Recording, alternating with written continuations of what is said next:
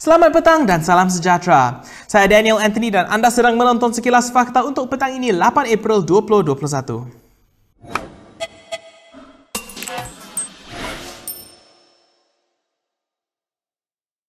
Ahmad Zahid Hamidi dan Anwar Ibrahim harus berani mengakui perbuatan mereka dan bukannya menyalahkan orang lain. Itu kata bekas Setiausaha Agong UMNO Anwar Musa mengenai rakaman audio yang didakwa membabitkan Presiden UMNO dan Presiden PKR itu. Saya cuba mendengarnya malam tadi berkali-kali. Dan sebagai orang yang amat dekat dan amat rapat dengan kedua-duanya, pengecaman suara itu bukanlah menjadi satu perkara terlalu rumit. Suara orang lain berlakon dengan suara sebenar tu saya rasa saya boleh cam. Dan saya terus teranglah saya katakan, setakat yang saya buat pengecaman, saya pasang kat lebih dari 10 kali malam tadi. Saya yakin 101% itu adalah suara tulen.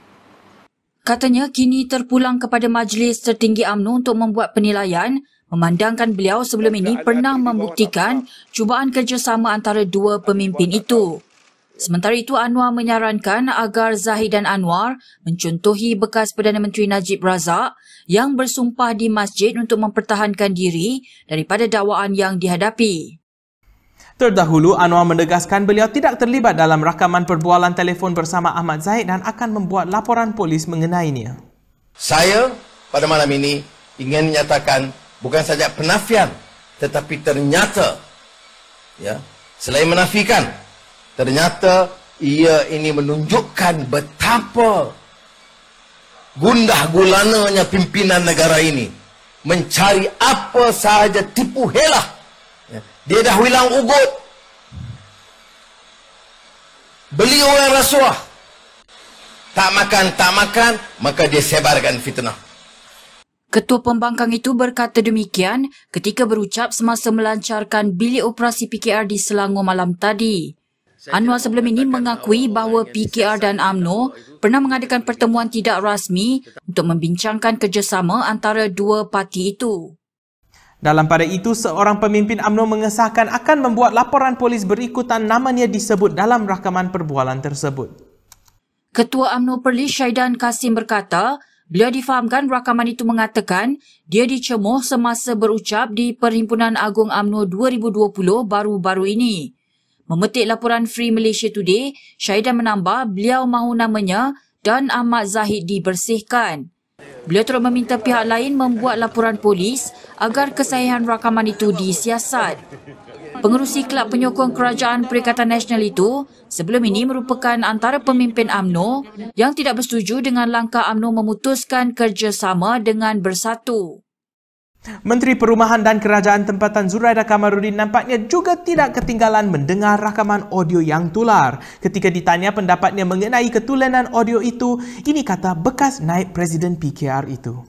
Kita dengar denial from Zahid Hamidi, and then I think last night Anwar also said that it was the work of some people, but being in keadilan for 20 years, I believe that's Anwar's voice. Sementara itu, Menteri Dalam Negeri Hamzah Zainuddin berkata pihaknya akan menyiasat laporan polis yang dibuat berhubung penyebaran audio itu. Kalau tidak ada perbualan itu, maka bermakna cerita yang dibuat-buat itu adalah merupakan cerita fitnah. Kalau ceritanya betul, saya dengar aja. Ceritanya Zahid mengaku bahawa Anwar Ibrahim sebagai cikgu. Cerita yang betul, kalau betul lah. Salah ke Anwar Ibrahim jadi cikgu kepada Zahid? Yang dua-dua nak marah ni pasal saya pun heran juga.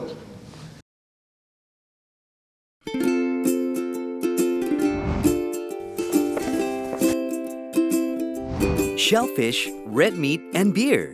If you love indulging in these foods, you may end up with high uric acid level in your blood. These foods consist high level of purine, a substance that will eventually break down into uric acid and be excreted through our urine. It is recommended that the amount of dietary purines should be kept between 600 to 1,000 milligrams per day. Having too much uric acid in your blood can cause attacks of gout. It can also cause kidney stones and blockage in the kidney. The crystallization of the excessive uric acid in your blood can be eased by reducing purine-rich food to only 100 to 150 milligrams daily. maintaining a healthy lifestyle, and consuming urinary alkalinizer like Ural. It consists of sodium bicarbonate, citric acid, and sodium citrate that increases the urinary pH and solubility of uric acid to prevent crystallization. Best of all, it's lemon-flavored and sugar-free. Ural, effective urinary alkalinizer. Neutralize your uric acid problem now.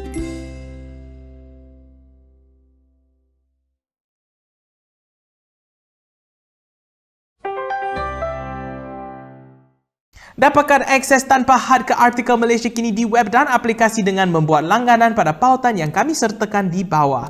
Berita seterusnya, Malaysia akan mempertimbangkan sama ada akan terus menggunakan vaksin AstraZeneca dalam portfolio vaksinnya.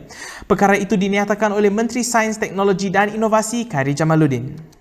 Kenyataan ini dibuat selepas Agensi Perubatan Eropah EMA membuat kesimpulan terdapat kaitan vaksin itu dengan kes pembekuan darah yang jarang berlaku.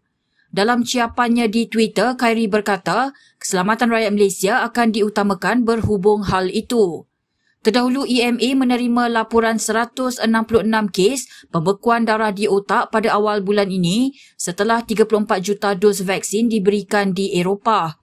Malaysia dijangka menerima penghantaran 600,000 dos vaksin AstraZeneca pada bulan Jun.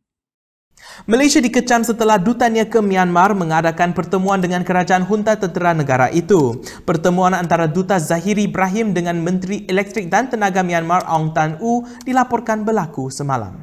Video pertemuan itu disiarkan sebuah stesen televisyen milik tentera Myanmar. Gambar klip tersebut yang dimuat naik pengasas bersama Free Rohingya Coalition, Ronai Sanluin, tular di media sosial hari ini. Menurut Ronai, Zahiri adalah duta negara ASEAN pertama yang membuat pertemuan dengan junta tentera. Penganalisis politik Asia Tenggara Bridget Welsh berkata, pertemuan antara Zahiri dengan menteri itu memberi keabsahan kepada pemerintahan junta. Malaysia kini telah menghubungi Menteri Luar Hishamuddin Hussein bagi mengulas perkara itu. Berikut beberapa lagi ringkasan berita untuk hari ini.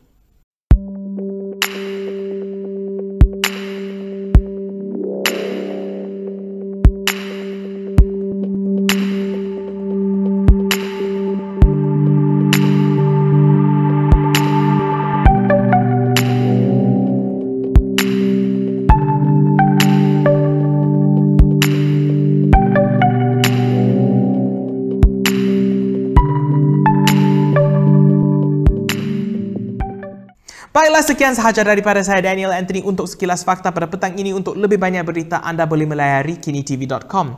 Anda juga boleh mengikuti kami di media sosial di Instagram, Twitter, YouTube dan Facebook untuk mendapat lebih banyak berita. Bila keluar, jangan lupa memakai pelitup muka dan bila boleh, sila duduk di rumah. Saya Daniel Anthony, salam hormat dan jumpa lagi.